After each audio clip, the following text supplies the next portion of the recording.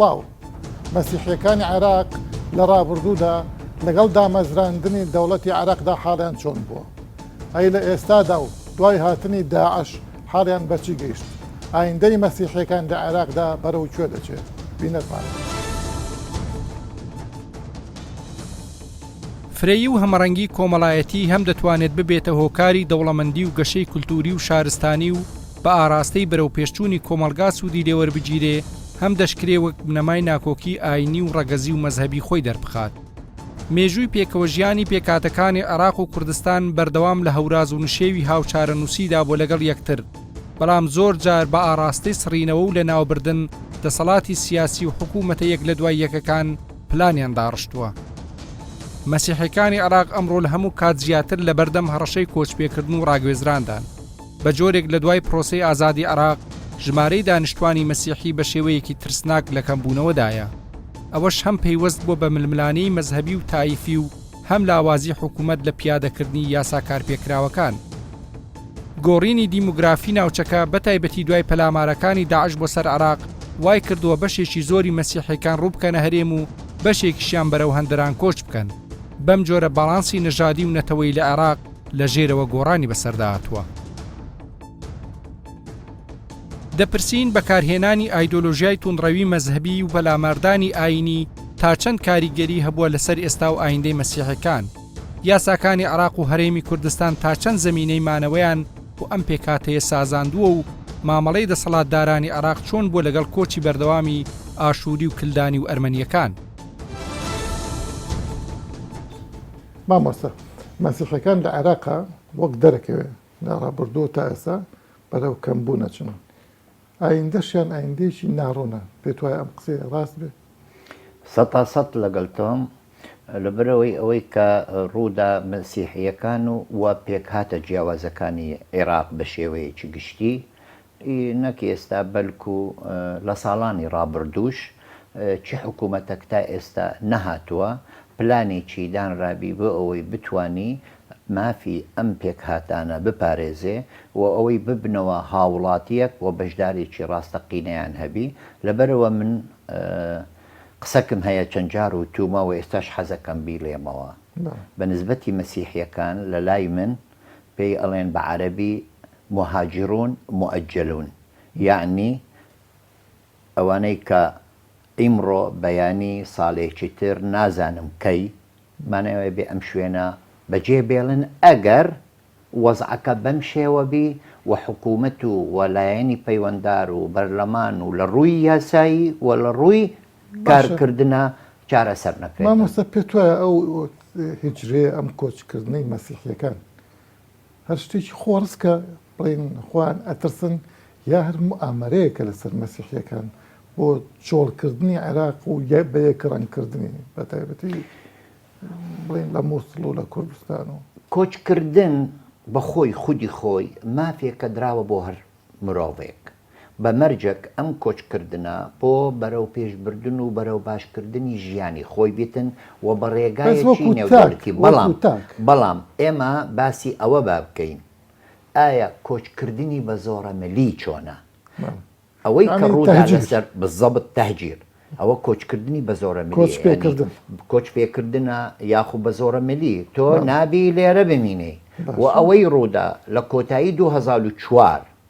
و سەرەتای 2005 کە لە بەسرە اینجا لە بەغدا لە منتەقەی دۆرە و کەڕادە و شوێنەکانی تر ئیندا هاتەوە بۆ منتەقەی کەرکووک و سنتەری مووسڵ و دەشتی نینەوە هەمووی کۆچکردنی مەسیحیەکان بوو بە زۆرە ملی لەبەر ئەوەی خەلکانك و چەند میلیشیایەک و چەند چەکدارێک سەر بەلایەنێکی دیارکراو ئەوە بووکەوە پێکەوە ژیانیان قبول دەکرد. ڕوویان کردەکوێ ڕویان کردە هەرێمی کوردستان و هاتنەوە بۆ هەرێمی کوردستان لەبەر ئەوەی لە هەرێمی کوردستان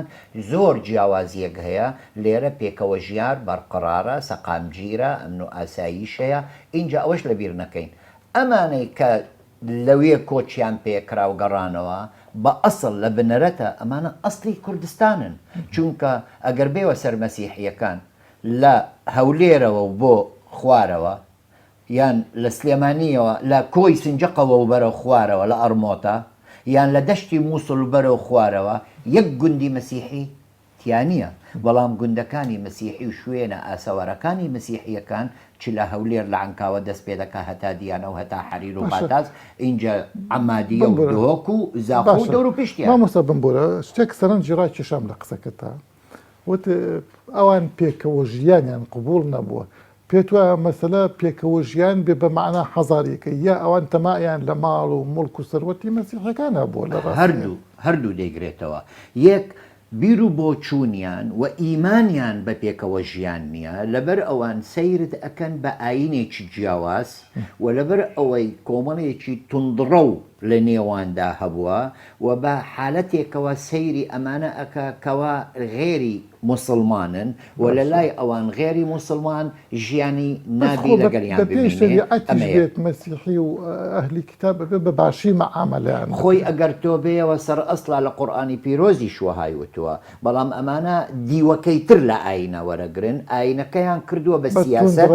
بە توندڕەوی و بە سیاست و بۆ بەرژەوەندی دەسەڵاتی خۆیان لەبەرەوە ئەو کاریان ئەنجامدا ئەوەی کە داعش کردیەتی ئەمە لە خودی ئیسلامیەتی و دینی ئیسلامی پیرۆز نییە بەڵام ئەوان شتە توندڕەوەکەیان وەرگرتووە بۆ بەرژەوەندی خۆیان کە بەلامەوە گرنگە بۆ ئایندە پێت وایە بۆ ئەوەی بتوانین پێکهاتەی مەسیحی لە عێراقا بەگشتی پارێزراو بێت چی بکرێ باشیان ئەمە پرسیارێکی گرنگە بەڕاستی نەک بەس هەر لە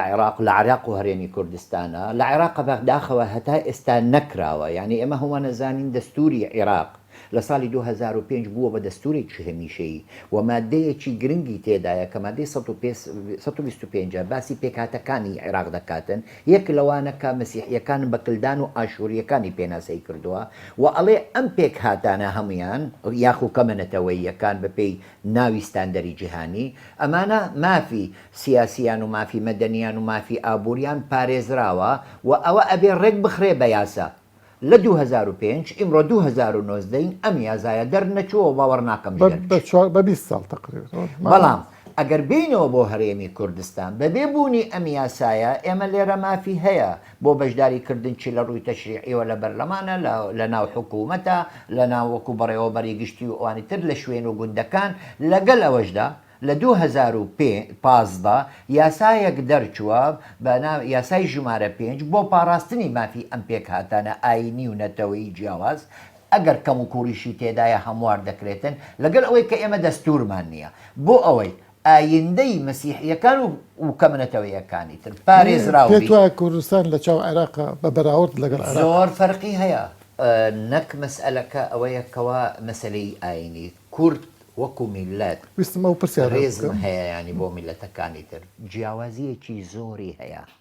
لەبەر ئەوەی یەک ئێمە پێکەوە ژیانمان ئیمڕۆ نییە ئیمێژووە و ئێستا گەر سەیرکەی گوندەکانی ئێمە و گوندەکانی کورد پێکەوە بووین ئەمێک دوو کورد بە دوای مافی نەتەوایەتی ئەگەڕێ کە مافی خۆیەتی و میلەتی ئێمەش مەسیحی وەکو نەتەوەی کەلدان و ئاشوریەکان ئێمەش بە مافی نەتەوایەتی ئەگەڕێن کەواتە ئێمە هاو شەریکین لە ناو مەوزوعێک و هاوخەمین ئەمێ دوو سێ هەر کارەساتێک کە ڕوودایە لە ڕژێمەکانی کۆن لە پێشی 58 و هەتا ئیمڕۆ لە عێراقی فیدرال و عێراقی کۆن دیکتاتۆریەت کاتێک کە پەلاماری ئەم خەلکانەیەوە جیاوازی نەکردو مابینی کورد و مابینی کەلدان و مابینی ئاشوری بەلکو پەلاماری هەمویانی داوە کەواتە ئێمە بە کورتی یەک چارە نووسمان هەیە یەک ئایندەمان هەیە باشە لە عێراقا پێت وایە بتوان لە ڕێیە دەستور و یاساوە مەسیحیەکان بپارێزرێن بچنەوە شوێنی خۆیان خۆی دائیمەن پاراستنی مرۆڤ بۆ ئەوەی مرۆڤ دڵنیا بێ بۆ ئەوەی کەوا ژیانی پارێزراوە بە یاسا ڕێک ئەخرێ کاتێک کە تۆ یاسات هەبی یاسات نەبی ئەمە لە کەدار دەکاتن اینجا یاسات هەبی و جێبەجێ نەکرێت ئەمەش حاڵەتێکی ترە لە عێراقا ئەگەر یاساشە بێ میلیشیات لەسەر و یاساون چ دەورێک چیە بێت تەواو لەگەڵ تەوام لەبەر ئەوەی ئێستا ناتوانن هەر بە خۆیان ناوێرن ئەم یاسایە دەری بکەن لەبەرەوەی بۆ بەرژەوەندی خۆیان نییە و وەزعەکە لەوێ ئالۆزە ینی ئێستا ئەمە ئەبینین ئێستا چی ڕۆ ئەداتن و حکوومەتی ژوادانیشتووە بە چارەسەریشی لە بۆ کێشەکانی دیە و ئەوەی ئێستا ڕۆ ئەدا ڕاستە تەراکوماتی کۆنە بەڵام بە کۆنیش هەر بەردەوام بووە لێرەش لە هەرێمی کوردستان جیاوازیەکی زۆر هەیە ئێستا مەسەرەن ئێمە ئێستا بخۆتە دوێنێ دوێنێ ڕۆژی جیهانی بوو بۆ ئازادی ئاین یعنی ئێستا تۆ بسیر کە لێرە لە ناو هەرێمی کوردستانە لە پاش 2003 چەند کەنیسەی نوێ دروستکرایە دەوری 12 کەنیسە کرا لە سەرتاسەر هەرێمی کوردستان باشە لە پاش 2003 چەند کەنیسە تەقێنراوە لە ناو لە بەغدا و لە بەسڕە و لە مووست و لە شوێنەکانی تر تۆ ئەلەوە وەریکە لە ڕووی مێژووییەوە ئامار و سەرژمێریەکان چیمان پێدەڕێن پارچە پارچەبوونی مەسیحیەکان بەسەر وڵاتانی ناوچەکەدا چ کاریگەریەکی هەبوو لەسەر سەقامگیری و مانەوەیان بۆچی بەردەوام لە مێژووی 56 ساڵی ڕابردوودا مەسیحیەکان ڕێژەیان ڕۆژ بە ڕۆژ بە شێوەیەکی ترسناک کەم دەبێتەوە بەڕێزت خۆت مەسیحیت وەلەو بارەشە شارەزای تێ و کارت کردو لە دامەزراندنی دەوڵەتی عێراقیەوە مەسیحیەکان لەو کاتەیە لە عێراقا ژمارەیان چۆن بوو لەو کاتەیە بەڵێ هەڵبەتە لە کات دامەزراندنی دەوڵەتی عێراقیەوە طبعا ئێمە کێشەمان بۆ پەیدا بوو لەبەر ئەوەی ئەو کاتە هەمووی ئەو منتیقای لەژێر تقریبا دەسەڵاتی دەوڵەتی عوسمانی بوو هەر لە دەستپێکردنی با بڵێن اتفاقیە ساکس بیکۆ دواتکە دامەزراندنی دەوڵەتی عێراقی زەرەری گەورە بە ئێمە گەیشت ئەوە بوو کە ئێمە بوونە چەند پارچەیەک وەکو هەر نفسی قەزیە کوردیدا بەشێکمان لە سووریەمانە بەشێکمان لە تورکیەمانە بەشێکمان کەوتنە عێراق بەشێک کەوتنە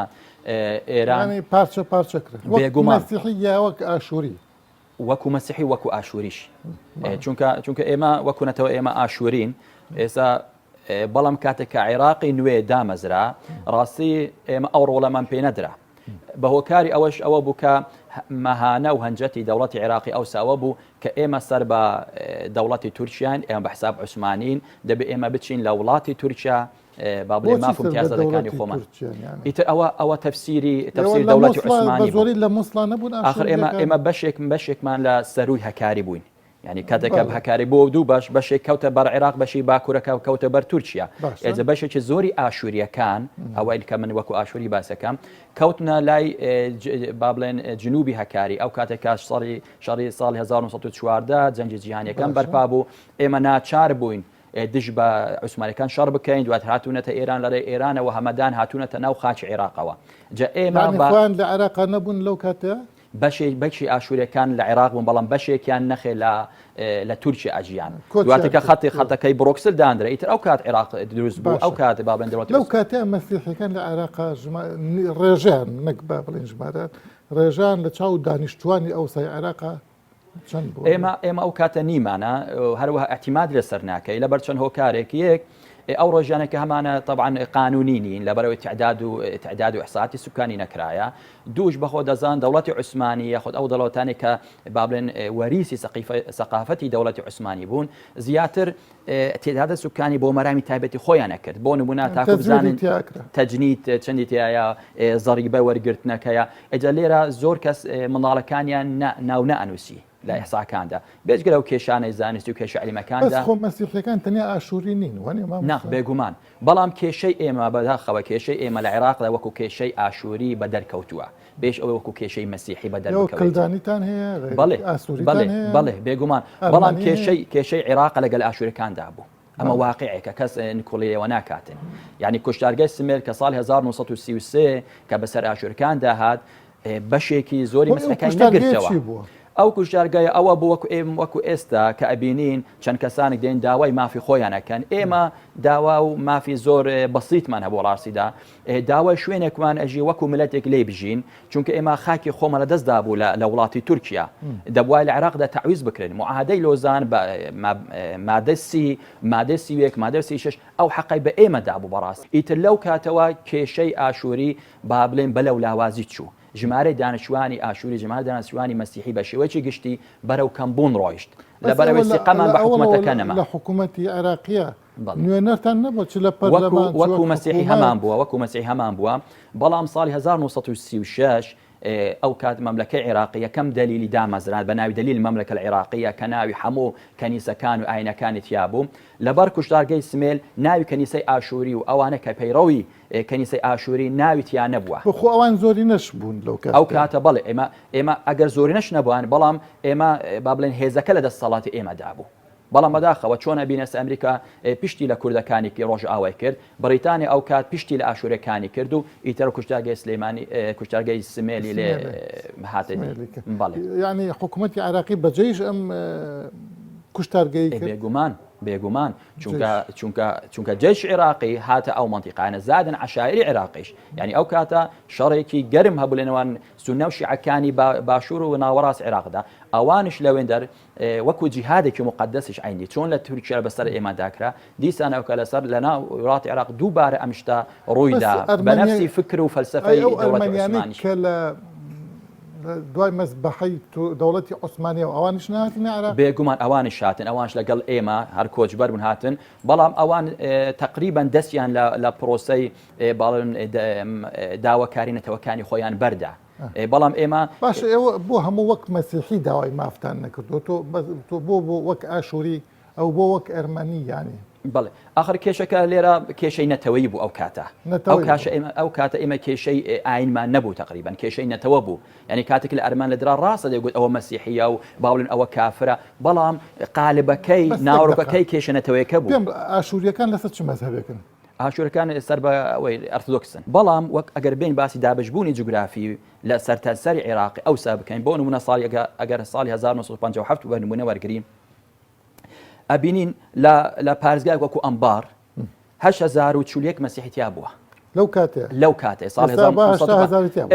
ئێستا دا مەسیحیمان لە ئەمبار نییە بۆن مڵە بەسڕە 11,238 مەسیحی هەبووە ئێستا ئەمە 57 پێش 6 ساڵە زیاتر ئێمە ڕێژەمان لە عێراقی ئەو کات 3% بوو بە پێی سەرژمێرەکانی دەوڵەتی عێراقی هەڵبەت چونکە ئەمەش گوتم ئێمەش قسەی زۆرمان لەسەر ئەم سەرژمێریانەدا هەیە بێگومان بۆ نمونە لە بەغدا 68,775 مەسیحی لێ بووە کەچی ئێستا 10,000 مەسیحیتیان نەمایە تقریبان لە کەرکووک 13,150 مەسیحی ئەگەر بینە سەر ساڵی 1965 دیسان کە بینی بەسڕە 13,000 کەسی تایە بۆ نمونە بە ئەمبار 3,764 کەمی کردوتەوە لە 65 دیا لە 652 بەغدا 120,000 کەواتە بە حکمی ئەوەی ئەو شوێنانەی باکووری کوردستانی خۆمان بوونە شوێنی شەڕ و لێدان و برسیکردنی میلەتانەوە ناچار بەشێکیان زۆر ڕوو بکەنە بەغدا بۆ ئەوەی بژێوی خۆیان و بگەن بە ئارامی ساڵی 1970 ئەبینین ژمارەکان زۆر کەمیان کردو بۆ ئەمبار گەیشت 1929 کەس میسان 416 کەس کەرکووک 11,561 کەس بەغدا 142,283 کەس کەواتە بینین تەرکیزەکە لەسەر بەغدا بووە بەڕێزت تعدادی سلێمانی دلانیە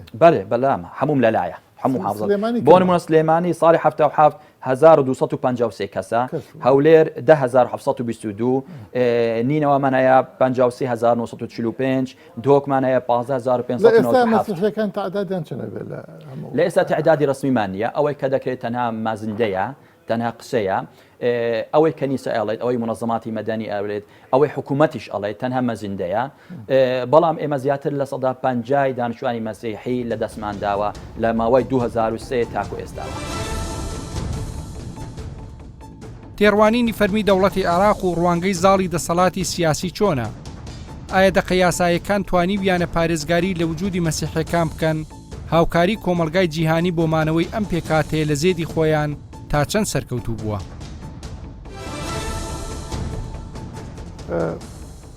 هەموو حکوومەتێک فەلسفەیەک خۆی هەموو دەوڵەتێک فەلسفەیەک مامەڵە لەگەڵ کەمینە دینی و نەتەوەی و ڕەگەزیەکانەکە تر فەلسفەی لیبرال ئازادیە فەلسفەی دینی لا تەریک خستنی کەمایەتیەکانە فەلسفەی نەژادی و نەتەوەی وەک نازیزم ئەمان ئازین لە ئێستا حکوومەتی عێراق لە دوای 2003ەوە پێت وایە چ فەلسفەیەکی گرتوۆتە بەرامبەر بە کەمینە دینیەکان و بە تایبەتیش مەسیحیەکان لە عێراق ڕاستی بۆی لە وەڵامی و پرسیارە بە دروستی بدەینەوە سەرەتا دەبێ ئەمە تێ بگەین لەوەی کە لە ماوەی 100 ساڵی ڕابردوو حکوومەتە جۆرەکان لە دەوڵەتی عێراقی شکستیان هێناوە لەوەی کە مامەڵەیەکی یەکسان و عادیلانە لەگەڵ تەواوی پێکاتەکانی کۆمەلگای عێراقیدا بکەن هەنی ئەمە وێنە گشتەکەیە کە ئەو قسەیە ڕاستە لەسەر هەموو پێکاتەکان لە دوای 2023 کە ئێمە ڕژێمێکی نوێمان دەبێت سیستەمێکی سیاسی نوێمان دەبێت دەسەڵاتێکی سیاسی نوێمان دەبێتن کۆمەلگای نێودەوڵەتی بەڕێزت وەک بەشێک لە ئەکادیمی سیاسی خۆت پێت وایە ئەو فەلسەفە سیاسی چێک کە ڕژێک سیستمی عێراقی نوێی لەسەر دامەزراوە زەبدە منش دەمەوە باسکەم کە لە دوای 2023 گە سەیری دەستوری عراقی دەکەی سەیری یاساکانی عراقی دەکەی لە ڕووی یاساییەوە لە ڕووی مەبدەئەوە باوەڕی بەوە هەبووە کە پێکاتەکان دەبێت مافی یەکسان و عادلانەیان پێ بدرێت لە هەندێک شوێندا ئەمە لە ڕووی دەستور و لە ڕووی یاسا بەڵام ئێمە دوای دەیەک و نیو لە پیادەکردنە لە ممارەسەی دەوڵەتی عراقی و حکوومەتی عراقیدا دەرکەوتووە کە لە زۆر لە جەوهەردا زۆر جیاواز لە حکوومەتەکانی پێشووتە بیریان نەکردوێتەوە نەیانتوانی خراپترش بێت سیرکرد ئەو بنەمانەی کە لە دەستور لە یاساکاندا چەسپێنراوە نەیانتوانیوە لە مەداندا جێبەجێ بکەن بە شێوێکی زۆر سادەییدا بۆیە پێکاتەکانی عراق لە بەتایبەت کەمینەکاندا ڕوبەڕووی هەمان ئەو کێشانە بوونەتەوە کە لە ماوەی ڕابردوو لە پێش دەوڵەتی عراق دەوڵەتێکی مەزهەبیە چۆن بتوانێت ڕاستی هێشتا باسانی ناتوانین بڵێن دەوڵەتی عراق دەوڵەتێکی مەسەبیە بەڵام ئەوەی دەتوانین بڵێن دەوڵەتێکە کە بەردەوام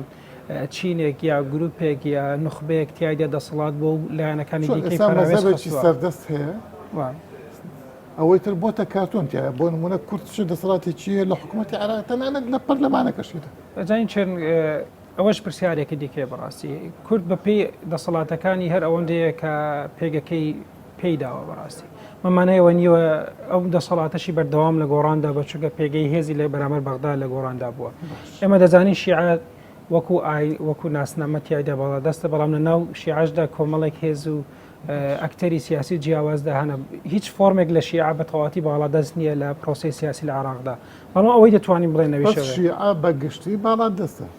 بەڵام ئێستا شیعیزم باڵا دەست ڕاستە لە سیاسی حکومانی بەڵام ئێستا دەبینین زۆربەی ناڕەزایەتیەکان لەو فەلسەفەیە لە نێو خودی کۆمەلگای شیعەدا دروست دەبێتەوە ئەو خاڵی کە دەمەوێت بڵێمەویشەوەیە کە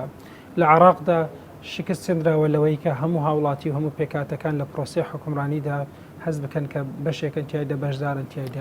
بابین و ئەبم بورە بابین سەر مەسیحەکان مەسیحەکان لە دوای 2023 زۆر ئازاریان دراوە بەڵێ پێت وایە ئایندەی مەسیحەکان چۆنە بێت لێ چ لە حکم بچ وەک ژمارە ناو کۆمەڵگەی هەموو ڕۆژ ڕێژەی دانیشتوانی مەسیحیەکان لە عراق کەمترە لە دوێنێ بەردەوام کۆچی مەسیحیەکان لە بەردەوام بوو دەتوانی خۆیان حەز بکەن من بۆ شێوەیە لە توێژینەوەکانی خۆمدا لە ماوەی 5 ساڵی ڕابردوو کە ئیشم لەسەر بابەتە کردووە کێشەی سەرەکی مەسیحیەکان لەوەدایە کە تێگەیشتێکی زۆر سلبیانیان دەربارەی ئایندەی عراقدا هەیە ئەو تێگەیشتە سلبیانە وای کردووە کە قەنەعەتیان وابێ کە بەیانیش زۆر جیاواز نابێت لە ئەمڕۆوە ئەمڕۆژ وەکۆوێ دەبینن جیاواز نەبوو بەردەوام ئەم تێگەیشتنە خراپە و لەبارەی ئایندیان ڕێگە بۆ کۆچکردنیان خۆش دەکەی ئەمە لە بیرمان نەچێکە ڕێژەی دانیشتوانی مەسیحی لە دەرەوەی وڵات ئێستا زیاترە لە ڕێژەی مەسیحیەکان ناوی وڵات پێتوانێت هەر وڵاتانی دەرەوەی ئەوروپی خۆیان هەنی مەسیحیەکانی عێراق بن بۆ کۆچکردن ئەمە دوو گفتوگۆی لە بارەوە هەیە بەشێکی پێی وایە کە ئەو ئاسانکاریەی بۆ دەرفەتی لە خۆگرتن و مانەوە و نیشتە جێبوونیان لە وڵاتە ئەوروپیەکاندا بە مەسیحیەکان بەراورد بە خەڵکی دیکە دراوە ڕێگەی بۆ کۆچکردنیان خۆش کردە بۆ دەروێ وڵات بەڵام لە ماوەی ساڵانی ئاخیر ئێمە دەبێت ئاگدار بین کە وڵاتانی ئەوروپا بەتایبەت پارەیەکی یەکجار زۆر توانایەکی یەکجار زۆر لێرە سەرف دەکەن بۆەوەی کە هانی مەسیحیەکان دەببێنەوە خۆشیاندان هەستیان بەوە کردووەکەوەی ئەو سیاستەی کە لە ڕابردوودا پەیڕەویان کردووە جۆرێک لە جۆرەکان ڕێگەی بۆ کۆچکردن خۆش کردو من دەمویست ئەو خاڵە گرنگە ئاماژە پێ بدەم دۆخی مەسیحیەکان جیاوازە لەگەڵ خەڵکی دیکە لەگەڵ پێکاتەکانی دیکە لەبەرچی لەبەرەوەی ڕێژەی ئەو مەسیحیە عراقیانە و مەسیحیە کوردستانیانەی کە ئێستا لە دەرەوەی وڵاتن زیاتر لە ڕێژەی ئەو مەسیحیانەی کە لە ناوەخۆیدا هەیە جۆرێک لە ناهاوسەنجی دروست کردووە پێتوان نییە نەزەری شعبی عێراقی بە تایبەتی دەرەوەی کوردستان نەزەرێکی تووڕەیە یا ڕقس هاتنەوەیە لە مەسیحەکان وەک دین پیان وایە مەسیحەکان عمیلی ئەمریکین عمیلی بریتانین یا هەر مەسیحی خۆیان کەسانێکی جوزانم با بڵین بێزراون بە درێژایی مێژوو تێگەیشتنی خراپ دەربارەی کۆمەڵگای مەسیحی لە عراقدا هەبووە بەردەوام تێگەیشتێکی بەگشتی بەڵام کێشەکە لە چیدایە کێشەکە لەوەدایە کە ڕوانگەکە لە یەک لایەوە دروست بووە ڕێگە نەدراوە بۆ پێکاتانە کە گزارش لەو کێشەکانی خۆیاندا بکەن بەڵکو هەمیشە پێناسەیەک بۆ کێشەکانیان کراوە لە لایەن چینی زۆرین دەدا بە تایبەت کۆمەلگای مەسیحی لە دوای 2023 بەوەی کە ئەمریکا دەستی